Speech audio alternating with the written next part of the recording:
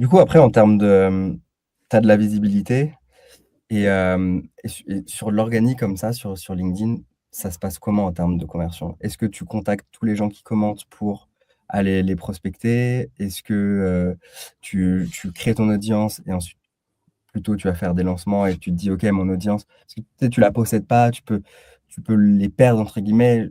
Du coup, moi, ça me fait toujours peur de me dire: «Je les récupère pas sur ma base mail», ou si tu vas pas converser avec eux, peut-être que, bah, juste à un moment donné, ils vont plus te voir et donc du coup, c'est aussi du business de perdu. Mmh. C'est quoi ta vision sur ça?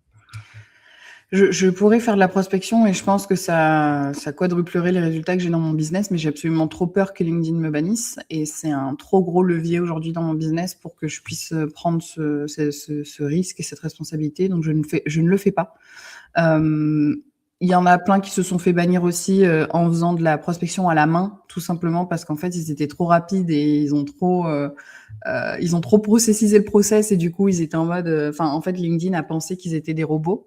Donc en fait, il y a des choses qui existent pour vraiment programmer le truc en mode tu envoies pas plus de temps par jour, distillé sur tant d'heures, donc des heures qui fassent humanoïdes. Donc c'est en fait le mieux en vrai, c'est si tu as une audience, faut aller la prospecter, aller la chercher avec des outils évidemment, pas le faire à la main parce que tu envoies 1500 messages, c'est pas possible. Donc, c'est quelque chose que je fais pas, mais que je sais qui a du trop gros potentiel, mais c'est juste que j'ai trop peur, en fait, des représailles. Donc, je préfère ne pas le faire. Je suis pas en rade, je suis pas en dèche. Enfin, mes lancements marchent, c'est juste qu'ils marchent d'une autre manière. Donc, c'est pour ça que je vais chercher plutôt les gens.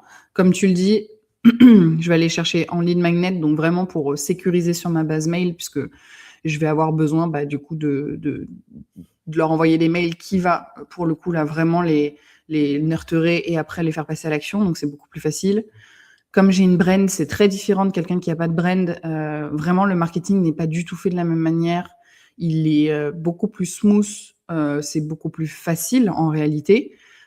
Par contre, bah, je me suis fait chier pendant 4 ans à monter une brand, à faire des choses qui me mettaient soit dans l'inconfort, qui étaient difficiles à faire pour moi. Aller à des events, etc., c'était très difficile parce que ma batterie sociale, par exemple, elle se vide en 3/4 d'heure. Donc, tenir plusieurs heures sur un event avec plusieurs dizaines ou des centaines ou des milliers de personnes qui viennent te parler, c'est très compliqué pour moi, par exemple. Mais ça n'empêche pas que je passais quand même des bons moments puisque les humains qui étaient là, je les aimais bien. Donc, en fait, quand tu as une brand, tu fais pas les mêmes lancements. Et moi, c'était plutôt récupérer des leads parce que c'est money is in the list enfin, je le dirais vraiment toujours. Et l'argent est dans les DM aussi. Donc, les DM, ben, ça va être vraiment plutôt Instagram, tu vois, pour le coup, parce que vraiment LinkedIn, j'en ai peur en fait. Je suis terrorisée de me faire bannir sur LinkedIn. Je me suis jamais fait bannir parce que j'ai jamais utilisé d'outils d'automatisation. Mais je suis terrorisée. C'est trop un levier important. Donc, ça va être lancement après sur soit récupérer des leads, enfin des calls, soit récupérer, enfin faire payer direct sur un bon de commande, tout simplement. Ce qui peut paraître un peu fou, mais ça fonctionne bien. OK. Internet nous dit quand même que 3 500 € sur bon de commande, c'est impossible, hein. Bah, je mens alors. Après, quand tu as une brand, on peut rendre l'impossible possible. Je pense il faut cadrer le truc. 3 500 € sur bon de commande en France, sur du trafic froid qui te connaît depuis moins de 24 heures, c'est quasi impossible. Et D'accord. sur des gens qui te suivent en social media depuis une semaine, un mois, un an, tu pourrais même probablement vendre à 10 ou à 15 000 sur page de vente.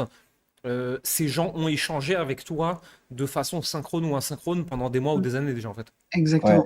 et les gens aussi qui ont je trouve qu'il y a 2 psychologies de personnes. Il y a les gens qui ont l'impression de t'avoir trouvé en direct et du coup, ils ont une relation différente avec toi que si c'est toi qui es allé, les chercher directement.